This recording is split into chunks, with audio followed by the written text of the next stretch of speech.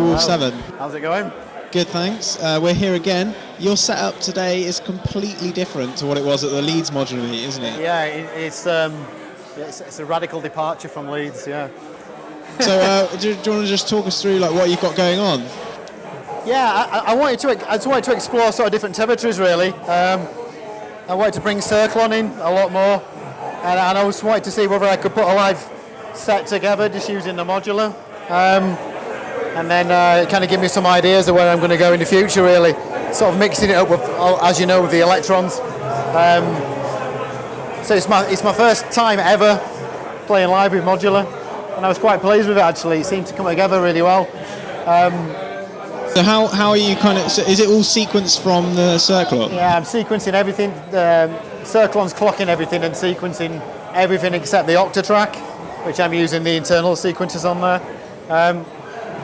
I didn't use that for very much other than some vocal samples really today and some filtering, a little bit of beat repeat. That was it really.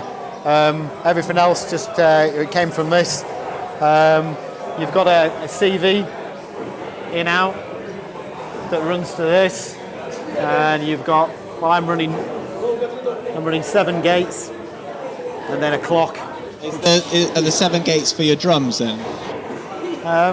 The way I'm running it on this patch, the first gate runs to the kick drum, and then that's multed into the logic box, and then I have another one that runs to dinkies, and that's multed as well to the logic box. I then take the ore from that, and that feeds the DPO down here. That's feeding the strike input on the DPO. So I'm getting this kind of juxtaposition of rhythms from the kick drum and from what's happening with the percussion down here. The great thing is that if I change the kick drum pattern, it has a knock-on effect on everything else, and that's where this really comes in.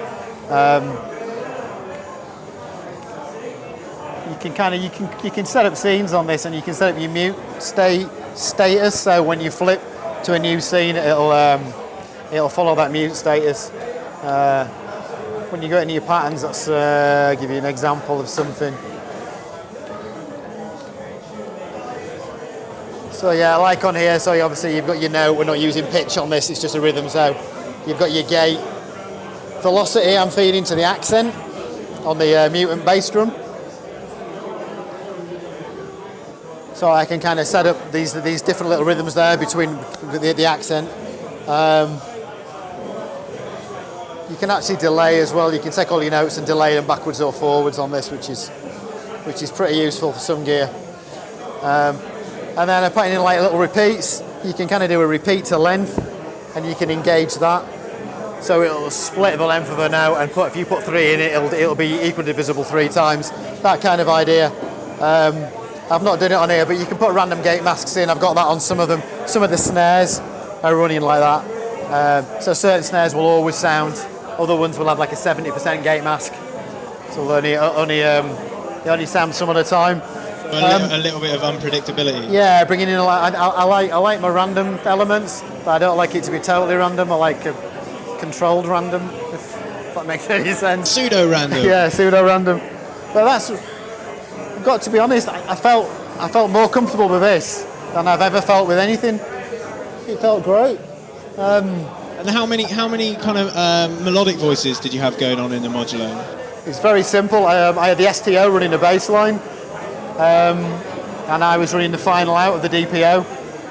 And I'm running that in kind of 2 ways. I'm plucking it, it's got a strike input, so that kind of plucks it, but then I can open up the wave folder and bring in some kind of like longer tones with that.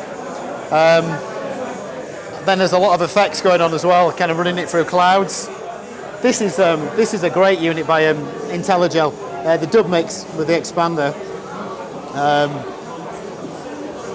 So you can you run it like a mixing desk basically, which I'm very familiar with. That's what I do for a living.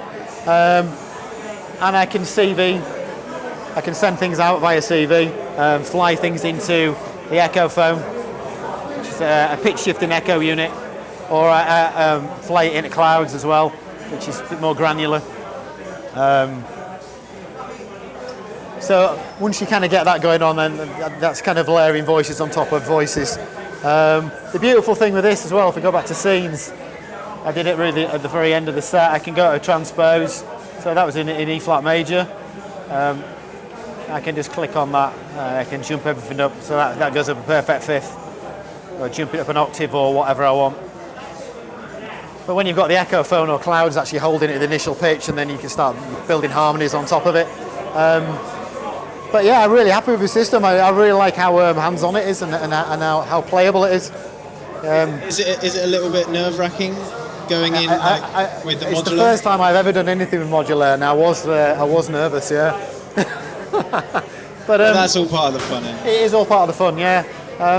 I really like the fact that everything's instantly accessible, and that not per function, etc. Yeah, I like particularly one of the things I really noticed about pre-programmed drums before is that you don't know how big the system's going to be. So you decay on your kick drum. If you've programmed like loads of kits, you've got to go through then at the venue, and you've got to shorten all those decays or lengthen them. So the fact that on the mutant bass drum I can drag that. This Octa controller is a fantastic unit by Abstract Data, which can give you like 8 LFOs or sample and hold. But you can have, there's some patterns in there, some arpeggiators. You can kind of run that in. Are you clocking that from the Cirklon then? Yeah, that's been clocked from the Cirklon as well. Yeah, the whole thing. The beautiful thing is as well, you can set your time base, and then you can set an offset with it as well. So you can have kind of like 2 envelopes, but they're kind of out of sync with each other, but they still follow and stay together, which is fantastic. So I've got that running my pitch on the bass drum, which is down at the moment for CV. And then as the notes get longer, as I kind of build it up in the middle of the set, then I can start to introduce some of that CV and kind of get a sort of tunable bass drum pattern. I thought this is the perfect meet to try something very different out. And so I'll go away and have a think about it, and have a think about the 2 different approaches, and then pool my resources, see where we're going to go from here.